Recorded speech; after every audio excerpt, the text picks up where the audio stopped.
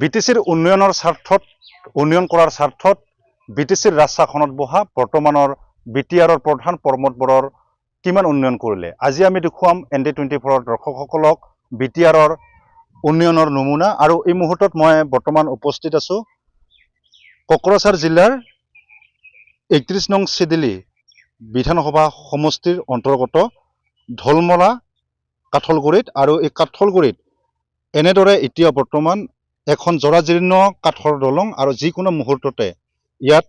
যিকোনো দুৰ্ঘটনা সংঘটিত হোৱাৰ সম্ভাৱনা আছে আৰু জহিকহি যোৱাৰ সম্ভাৱনা আছে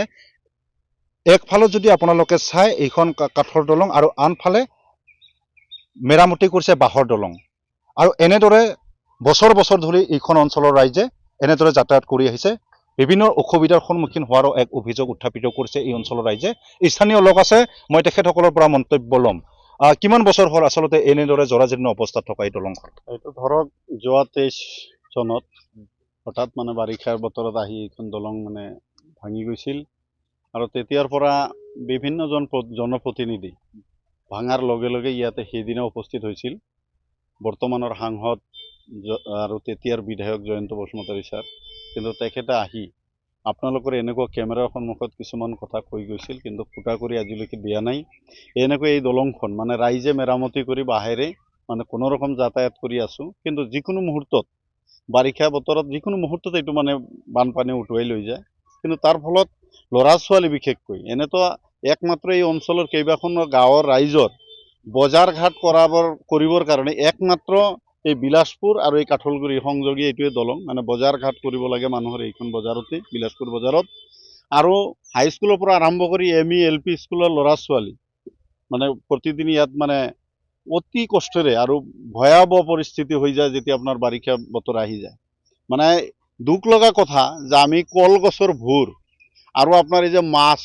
মাছ ৰখা যিটো কাৰ্টুন আৰু কি সেইটো দি আমি মানে ভুৰ বনাই মানে ল'ৰা ছোৱালীক আমি পাৰ কৰিব লগা হয় আজি 2023 চনৰ পৰা আজি 2025 চনলৈকে বৰ্তমান কিমান বছৰৰ পৰা আচলতে এই বাঁহৰ দলংখন কাঠৰ দলংখন আছিলে কাঠৰ দলংখন আজি ধৰক 10-15 বছৰ হ'ল কাঠৰ দলং আছিলে কিন্তু সম্পূৰ্ণ কাঠৰ দলং থকাৰ সময়ত আপোনাৰ যাতায়াত ব্যৱস্থা আছিলে কিন্তু যোৱা 2023 চনত বাৰিষা বতৰত এইখন এটা মূৰ মানে সম্পূৰ্ণ খহি যায় আৰু এই যিখিনি আছে এইখনো যিকোনো মুহূৰ্তত যাব পাৰে মানে যেনেকুৱা মানে পানীৰ হদ যিটো বয় আপোনালোকে যেতিয়া মানে বেছিকৈ বৰষুণ হ'ব এদিন যদি আহে আপোনালোকে নিজে ভয় পাব ইয়াত পাৰাপাৰ হওঁতে কিন্তু এনেকুৱা মানে ভয়াৱহ পৰিস্থিতিৰ মাজেদি আমাৰ ল'ৰা ছোৱালী বিদ্যালয়ত যাব লগা হয় ইয়াত জনপ্ৰতিনিধি অহাৰ পিছতো মেৰামতি কৰা কিবা প্ৰতিশ্ৰুতি দিছিলে নেকি দিছিলে প্ৰতিশ্ৰুতি দিছিলে আৰু এতিয়া আমি ৰাইজৰ ফালৰ পৰা কৈছে এটা কথা যে যোৱা যিটো বাই ইলেকশ্যন আছিল আমাৰ UPPL দলৰ পৰা আমাৰ ৰাইজক এনেকুৱা এটা কথা কৈছিল যদি এইখন গাঁৱৰ পৰা 10টা ভোট বেছি দিয়ে তাৰ পিছদিনা ইয়াত আমি দলং বনাই দিম কিন্তু বহুতো ভোট দিছিল আমাৰ ৰাইজে কিন্তু আজিলৈকে ফুটা কৰি মানে আমাৰ চৰকাৰৰ পৰা মানে দিয়া নাই এতিয়ালৈকে বৰ্তমানৰ যিটো বিধায়ক নিৰ্মল কুমাৰ ব্ৰহ্ম তেখেতেও কিবা প্ৰতিশ্ৰুতি দিছে নেকি বা তেখেত আহি কিবা পৰিভ্ৰমণ কৰিছে নেকি ইয়াত তেখেতে মানে নিৰ্বাচনৰ সময়ত তেখেতৰ হৈ ৰিপ্ৰেজেণ্টেটিভ হিচাপে মানে মাধৱ চেত্ৰী তেখেতেও আহিছিল তেখেতেও কথা দিছিলে অকল দলঙে নহয় আমাৰ এই যে ইয়াতো জৰাজীৰ্ণপূৰ্ণ এখন বিদ্যালয় আছে সেই বিদ্যালয়তো কিবা এটা মানে অনুদান দিব বুলি তেখেতে কৈছিল দিয়া নাই ইভেন কি নিৰ্মল কুমাৰ ব্ৰহ্ম যিজন বিধায়ক হৈছে তেখেতে বিধায়কৰ পিছত আমাৰ এই অঞ্চলত এবাৰৰ কাৰণে অহা নাই আমাক লগ কৰিবৰ কাৰণে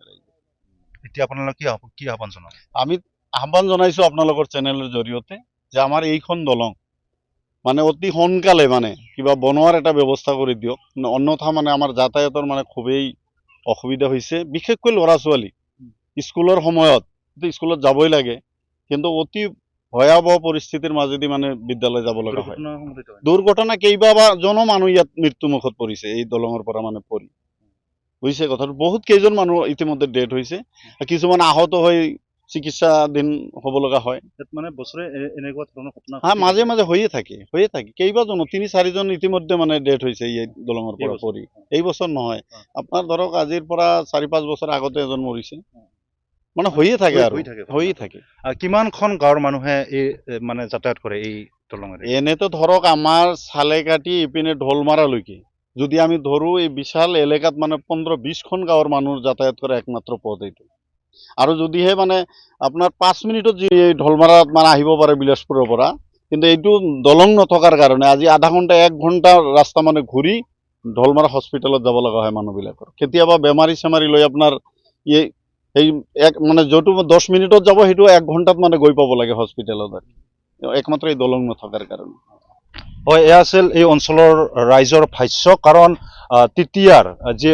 31 নং চিদিলি বিধানসভা সমষ্টিৰ বিধায়ক জয়ন্ত বসুমতাৰী বৰ্তমানৰ সাংসদ, আৰু তেখেতে এই অঞ্চলত আহি আচলতে ৰাইজক প্ৰতিশ্ৰুতি দিছিল যে এই দলংখন কাঠৰ দলঙৰ পৰিৱৰ্তে তেখেতে ইয়াত পকী দলঙৰ মেৰামতি কৰিব বা পকী দলঙৰ কাম ইয়াত তেখেতে আৰম্ভ কৰিব। কিন্তু তেখেত বাই ইলেকশ্যন গ'ল, বাই ইলেকশ্যনৰ পিছতো তেখেতসকলৰ বিধায়ক দলৰ প্ৰতিনিধিয়ে আচলতে জয়যুক্ত কৰিলে, কিন্তু আজিলৈকে কোনো ধৰণৰ BTR চৰকাৰৰ তৰফৰ পৰা কোনো ধৰণৰ পদক্ষেপ নলৰ, যাৰ ফলত ইয়াত প্ৰায় দুৰ্ঘটনা সংঘটিত হয় আৰু যাৰ ফলত এই দলঙৰ পৰা পৰি আচলতে মানুহ মৃত্যুৰ মুখত পৰিব লগা হৈছে। বিশেষকৈ স্কুলীয়া ছাত্ৰ ছাত্ৰীকে আদি কৰি ইয়াত যি সাধাৰণ পথচাৰী আছে তেখেতসকলৰ যাতায়াতৰ ক্ষেত্ৰত বহুত অসুবিধাৰ সন্মুখীন হৈছে। কিন্তু কাণ সাৰ নাই বৰ্তমান প্ৰমোদ বড়োৰ নেতৃত্বাধীন BTR চৰকাৰখনৰ।